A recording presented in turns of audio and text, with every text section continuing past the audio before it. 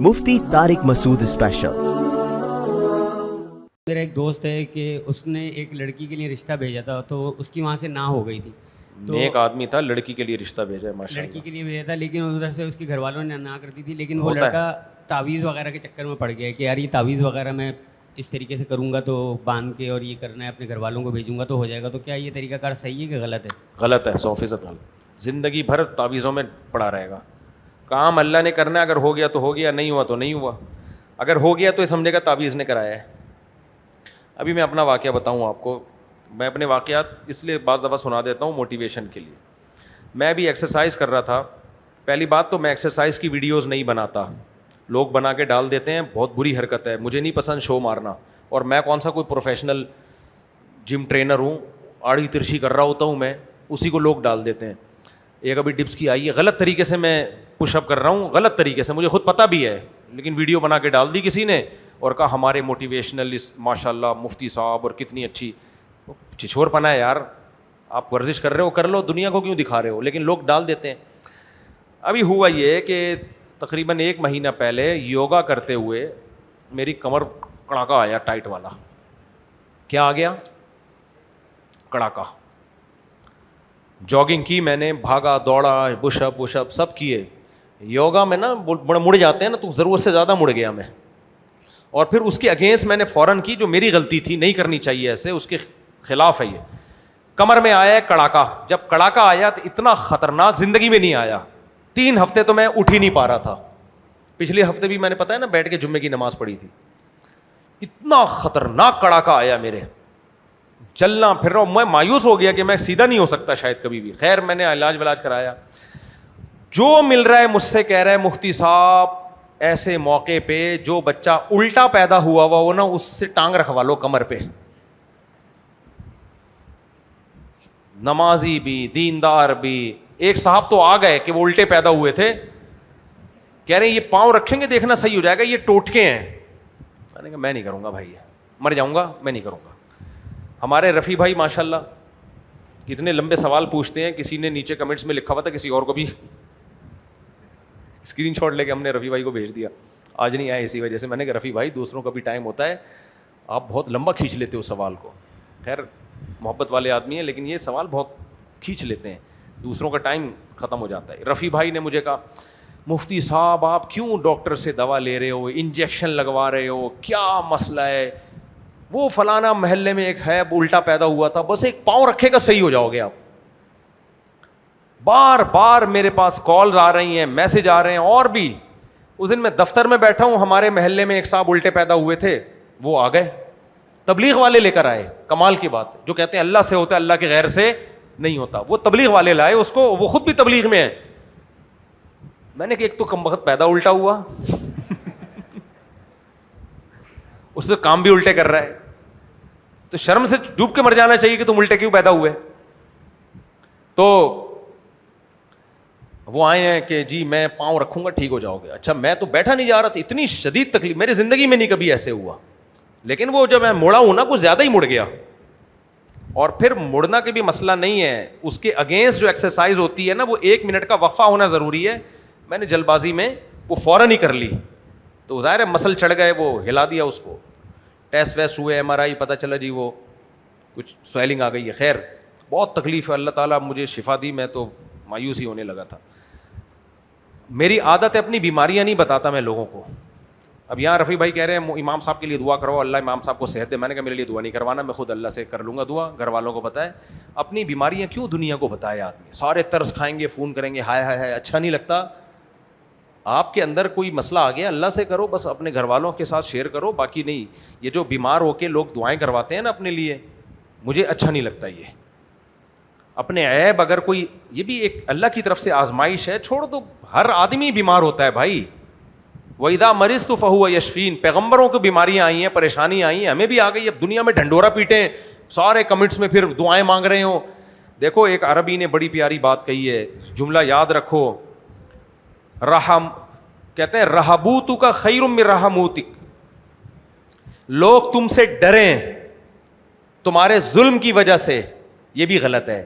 لیکن اس سے زیادہ غلط یہ کہ تم مظلوم بنو اور لوگ تم پہ ترس کھائیں. بہت گہری بات ہے, لیول سے اوپر کی بات ہے. دو غلط چیزوں میں کمپیئر کر رہا ہے. آپ لوگوں پہ ظلم کرنا شروع کر دو, لوگ آپ کے خوف سے ڈرنا شروع ہو جائیں. اچھا کام ہے برا کام ہے؟ بری عادت ہے نا کہ ظلم کی وجہ سے لوگ ڈر رہے ہیں, آپ کی طاقت کی وجہ سے کانپ رہے ہیں, بری بات ہے. لیکن آپ کمزور ہو اور لوگ ترس کھانا شروع کر دیں, ہائے ہائے ہائے بیچارہ, ہائے ہائے ہائے بیچارہ, وہ کہتا ہے یہ زیادہ برا ہے, اس سے بہتر ہے ظالم بن کے ڈرا دیتے, وہ بھی برا ہے. لیکن یہ جو مظلوم بن کے ترس کھا رہے ہیں نا لوگ تم پہ, یہ زیادہ برا ہے. کیونکہ اس لیے زیادہ برا ہے کہ اب آپ گویا مخلوق کی نظروں میں گویا بھیک مانگ رہے ہو رحم کی. تو ہمارے حضرت مفتی رشید احمد صاحب کی عادت تھی کہ اپنی بیماری بھی لوگوں کے سامنے ظاہر نہیں کرتے تھے, اپنے گھر والوں اور بس اللہ کے سامنے. تو میری کمر اکڑ گئی تھی, تو میرے لیے بڑا مسئلہ ہو گیا, سیدھا ہی نہیں چلا جا رہا. اب میں نے کہا یار میں ٹیڑھا میڑھا چلوں گا, ویڈیو آئیں گی, لوگ ترس کھائیں گے, دعائیں, ہائے مفتی صاحب مسجد میں دعائیں, چھوڑو یار مر جائے زیادہ اچھا ہے آدمی. اللہ ویسے تو بچائے, ایسا نہ ہو فرشتہ سن کے بولے چلو میں نے دعا قبول کر لی. خیر,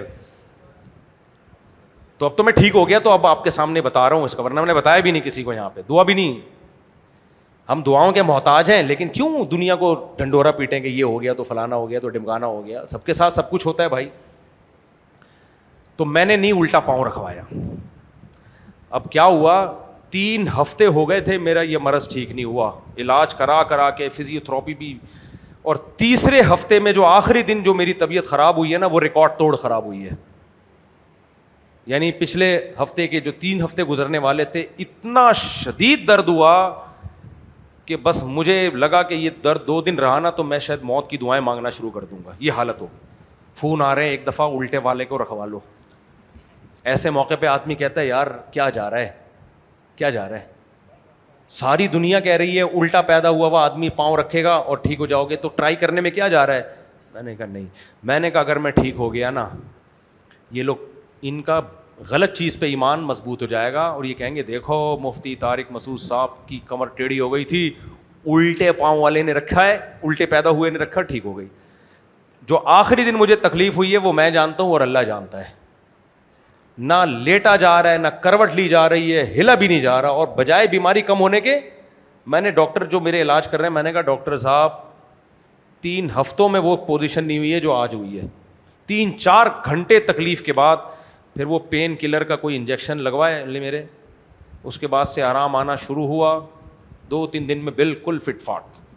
میرا دل چاہ رہا اٹھا کے میں لوگوں کو کک ماروں, اور جو بھی الٹے پیدا ہوئے ہیں نا ان کو جا کے ٹھڈے ماروں میں جا کے. اللہ نے شفا دے دی, اللہ کے اختیار میں ہے, ٹھیک بالکل فٹ ہو گیا الحمدللہ. اور چنگیزی صاحب کو بھی اللہ جزائے خیر دے, انہوں نے دعا کی تھی میرے لیے, اور نفل منت مانی تھی انہوں نے کہ میں نے منت مانی ہے کہ آپ ٹھیک ہو گئے تو میں اتنی رکعت نفل پڑھوں گا. کھڑے ہوئے ہیں, اللہ ان کو یہ کرنے کا کام ہے دعا یا اس طرح سے.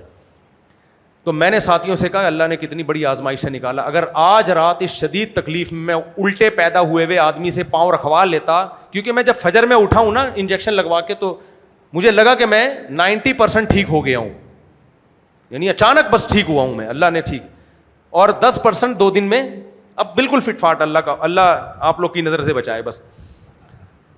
میں نے کہا یار اس رات جو اتنی آزمائش میں تھا کہ 3 ہفتے علاج کر کے بھی فائدہ نہیں ہوا, تو ایسے موقع پہ آدمی کو وسوسہ آ جاتا ہے کہ الٹا پیدا ہوا ہوا بلا لو, اور وہ پاؤں رکھ دیتا اور میں صبح فٹ فاٹ اٹھتا, تو میرے ذہن میں وسوسہ آ جاتا ہے کہ یہ ٹوٹکا صحیح ہے.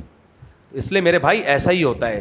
ہوتا یہ ہے کہ اللہ نے آپ کو ٹھیک کرنے کا فیصلہ کر لیا ہوتا ہے کہ چلو بھائی 3 ہفتے 4 ہفتے بہت ہیں, بس یہ مزید کمر ٹیڑھی رہی تو بندے کا انا للہ ہو جائے گا, ٹھیک ہے نا, مر جائے گا یہ. تو اب اللہ نے ٹھیک کرنے کا فیصلہ کر لیا ہوتا ہے. ایسے موقع پہ آپ کوئی ٹوٹکا کروا لیتے ہو, پاؤں رکھوا لیتے ہو, کچھ ہوتا ہو, صبح اٹھے آپ ٹھیک, تو آپ کا ایمان اور مضبوط کہ جتنے بچے ہیں اللہ کرے سارے الٹے ہی پیدا ہوں. بھائی اگر یہ ایسا ہوتا تو آغا خان والے الٹے پیدا ہوئے کو لا کے رکھ لیتے اپنے ہاسپٹل میں. اس لیے بھائی ہم نہیں مانتے ان ٹوٹکوں کو, جیسی کی تیسی بھاڑ. میرا تو ایمان اور پہلے بھی مضبوط تھا اور مضبوط ہو گیا, ہم نے کہا بھاڑ میں. اور اب مجھے کوئی بھی الٹا پیدا ہوا نظر آ جائے نا, میں سوچ رہا ہوں عاملوں کے ساتھ میں ان کو بھی ایڈ کر لوں. جو بھی الٹے پیدا ہوئے ہوئے ہیں, چاہے وہ تبلیغ میں لگے ہوئے ہوں چاہے وہ ریونڈ کے ہو, ان سے بچ کے رہو. یہ خود تو الٹے ہیں, تمہاری کھوپڑی کو بھی الٹا کر دیں گے. سیدھا سیدھا علاج کراؤ. ہومیوپیتھک علاج بھی ہوتا ہے اس کا, اچھا ہوتا ہے. میڈیکل علاج بھی ہوتا ہے. بیماریاں دنیا میں ہر ایک کے ساتھ لگی ہوئی ہیں یار. اور نبی صلی اللہ علیہ وسلم کو ایک شخص نے بتایا کہ میں کبھی بیمار نہیں ہوا. آپ نے فرمایا یہ منافق ہے. آپ نے کیا فرمایا؟ منافق. کیونکہ اللہ کی طرف سے تکلیفیں آتی ہیں اور انسان کو اس کی اوقات یاد دلاتی رہتی ہے. مجھے جو اپنی اوقات یاد آئی ہے نا, کیونکہ اس سے پہلے میری ویڈیوز آ رہی ہیں, ٹنٹ پل رہے ہیں, یہ وزن اٹھا رہے ہیں, یہ تکڑ تکڑ دوڑ رہے ہیں, یہ ہو رہا ہے, وہ ہو رہا ہے, فلانا ہو رہا ہے. اس کے بعد میں جو لیٹا ہوں نا, وہ ویڈیو دیکھ دیکھ کے میں کہتا ہوں یار یہ دیکھو, نہ ہلا جا رہا ہے, نہ کروٹ لی جا رہی ہے. نماز کرسی پہ بیٹھ کے کتنا مذاق اڑایا کرسی والوں کا. زمین پہ بھی نہیں پڑی جا رہی تھی کیونکہ اٹھتے ہوئے اتنی کروٹیں لے کے اٹھنا پڑ رہا تھا. میں خود کرسی پہ بیٹھ کے 2 ہفتے میں نے نماز پڑھی ہے. اور کہیں پبلک پلیس میں کسی, جیسے ہاسپٹل جا رہا ہوں نا, اب لوگ کھڑے ہوئے ہیں, ان کے سامنے مجبوراً سیدھا چل رہا ہوں. اتنی تکلیف میں سیدھا چل رہا ہوں کہ وہ کوئی دیکھنے لے, ویڈیو بنا کے ڈال دے گا, سب ترس کھانا شروع کر دیں گے. مجھے اچھا نہیں لگ رہا کہ لوگ میرے اوپر ترس کھائیں. کیا خیال ہے بھائی؟ ہم تو یہی چاہتے ہیں لوگ نہ ترس کھائیں. اللہ دیکھے اپنے گھر والے تو وہ تو بچے اپنے ہی ہوتے ہیں, ان کو سامنے آدمی چیخو پکار کر سکتا ہے. تو پبلک کے سامنے آدمی فٹ فاٹ ہی رہے. اور الٹے پیدا ہوئے وہ کی ایسی کی تیسی. تو سب کے ساتھ سب کچھ ہوتا ہے, بیماریاں بھی آتی ہیں, شفا بھی آتی ہے. اللہ پر ایمان اور مضبوط ہو جاتا ہے. اللہ نہ نکالتا اس ٹینشن سے تو کتنی بڑی مصیبت تھی یار.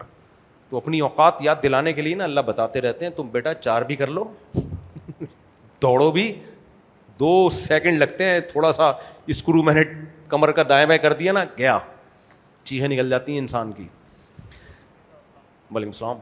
آپ تو الٹے پیدا تو نہیں ہوئے تھے, بس پھر صحیح ہے. آپ کو بھی میری طرف سے عید مبارک. 2 بچے ہیں, سیدھے پیدا ہوئے ہیں الٹے پیدا ہوئے ہیں؟ سیدھے پیدا ہوئے, پھر ٹھیک ہے. اب بتائیں, حقوق پورے نہیں ہوتے؟ نہیں چلے کے لیے ضرور جائیں, لیکن بچوں کا خیال کر کے جائیں نا, بچوں کو چھوڑ کے نہیں جائیں. بچوں کا خیال کریں, مطلب بیگم کو پیسے ویسے دے کے جائیں کہ ان 2 بچوں کو پیمپر شیمپر یہ وہ, پھر تو جا سکتے ہیں. ہاں, الٹا بچہ پیدا ہو تو بتانا مجھے. السلام علیکم. زندہ آباد, ماشاء اللہ. 3 شادیاں بھائی کی. مفتی صاحب السلام علیکم. 2 فوت ہو چکی ہیں, ابھی نہیں ہے. ایسی شادی کو نہیں, میں نہیں مانتا. ابھی پچھلے ہفتے ایک صاحب ملے, میں نے 8 شادیاں کی ہیں. میں نے کہا ہیں کتنی؟ کہہ رہے ایک بھی نہیں ہے. کہہ رہے ایک تھی وہ مر گئی, دوسری کی اس کو طلاق ہو گئی, تیسری کی وہ مر گئی, چوتھی کی اس کو طلاق ہو گئی, 5ویں کی اس کو طلاق ہو گئی, 6ٹھی کی اس کو طلاق. ابھی ملے تھے. میں نے کہا یہ کون سی شادی ہے, ایسے تو 18 کر لو. تو یہ والی واپس شاباشی ساری واپس ہوں, حاضر سروس ہوں.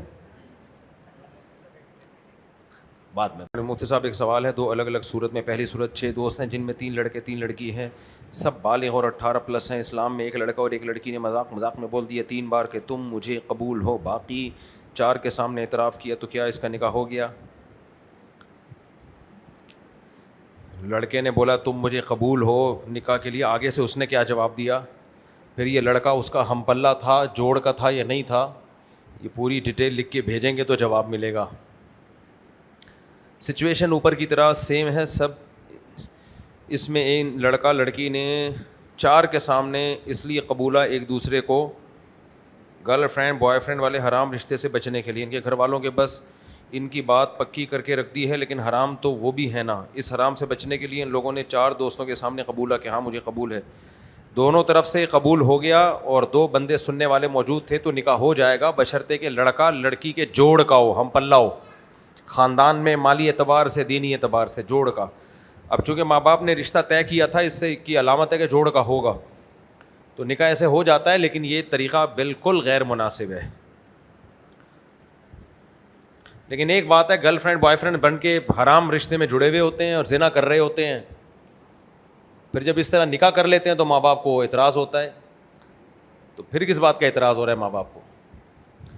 یا تو اپنی بچیوں کو کنٹرول کرو بھائی, بوائے فرینڈ نہ بنانے دو, پھر ہم بھی آپ کو سپورٹ کریں گے کہ وہ نکاح اپنا خود نہ کریں.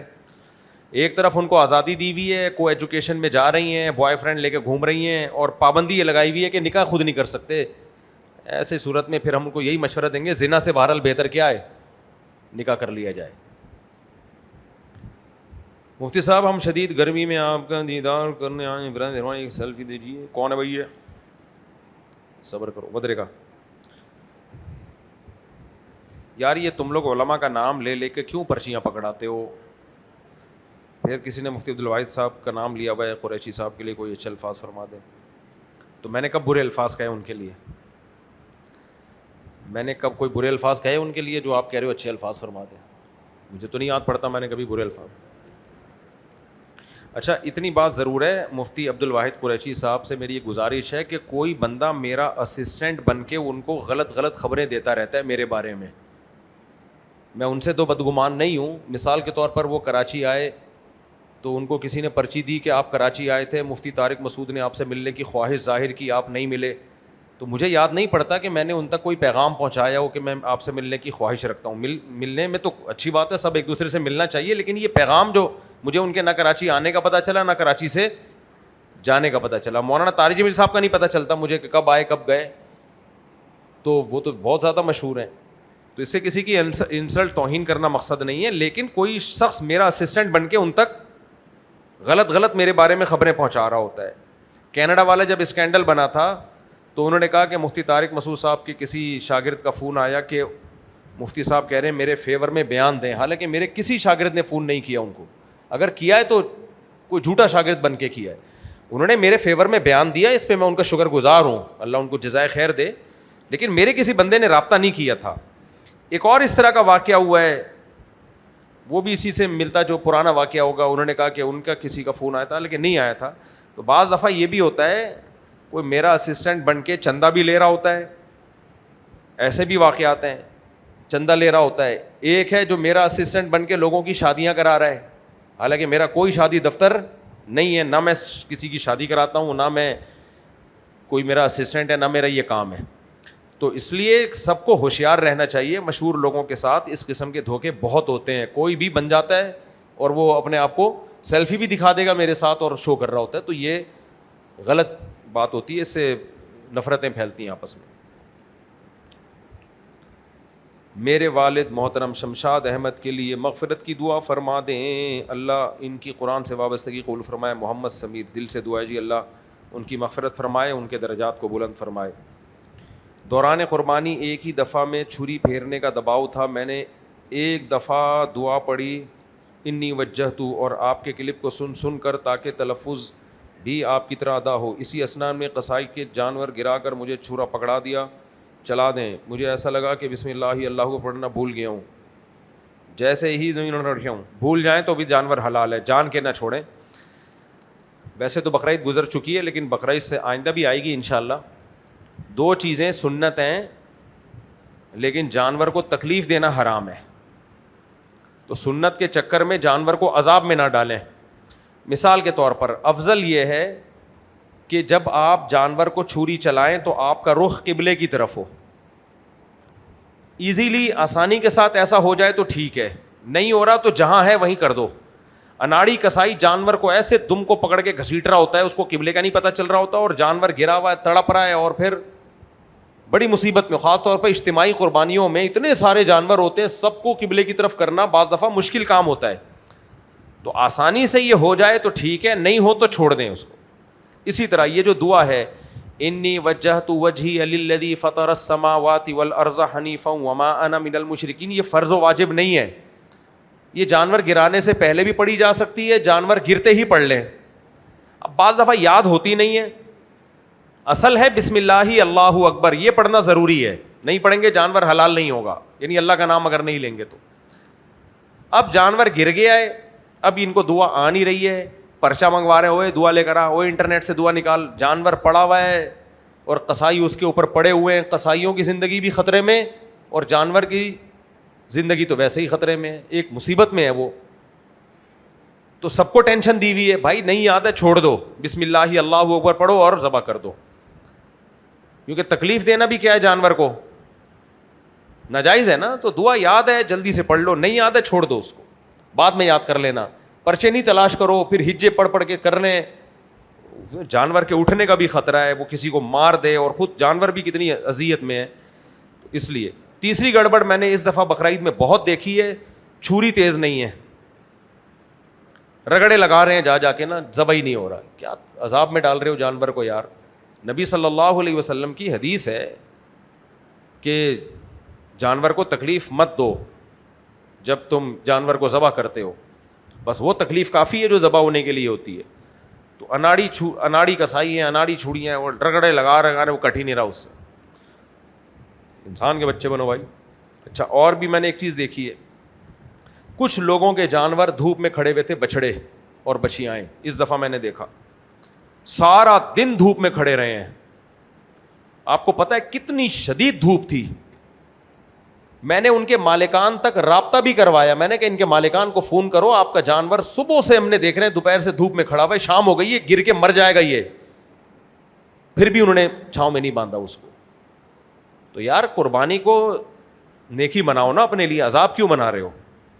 نبی صلی اللہ علیہ وسلم نے فرمایا کہ جانور پر احسان کا بھی اجر ملتا ہے, اور حدیث کا مفہوم ہے کہ جانور پہ ظلم پہ بھی عذاب ہوگا قیامت کے دن. تو اس لیے, اور قربانی کا جانور ہے یار, اس میں تو اور زیادہ احتیاط ضروری ہے. دھوپ میں باندھا ہوا ہے, وہ تڑپ رہا ہے, سڑ رہا ہے, کوئی پوچھنے والا نہیں ہے. چوتھی چیز کہ ایک اور چیز ذہن سے آئی تھی, نکل گئی ابھی ایک اور گڑبڑ کرتے ہیں جانور. ہاں یاد آ گیا, ایک صاحب کو ہم نے دیکھا, قصائی کو, جانور گر نہیں رہا تو جانور کو گالی دے رہے ہیں. میں کھڑا ہوا تھا وہاں پہ, ایک دفعہ گالی دی میں نے برداشت کی, 2-3 دفعہ گالی دی, مجھے غصہ آ گیا. میں نے کہا تم کر کیا رہے ہو, یہ عبادت ہے. گالیوں سے کبھی کوئی عبادت دیکھی آپ نے؟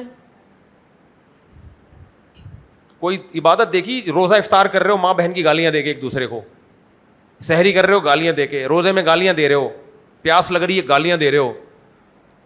بھائی عبادت ہے نا.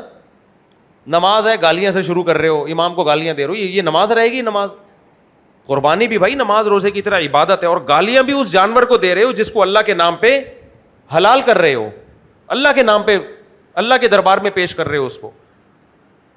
تو 1-2 دفعہ دی, تو مجھے پھر تیسری دفعہ دی تو مجھے غصہ آ گیا. میں نے ان کو خود تو گالیاں نہیں دی, بہت مجھے غصہ آیا کہ تم کر کیا رہے ہو خدا کے بندو, یہ عبادت ہے, یہ وہ مذبح خانہ نہیں ہے جو تم گائے کا گوشت بیچتے ہو. یہ ایک دوسرے کو بھی گالیاں دے رہے ہوتے ہیں.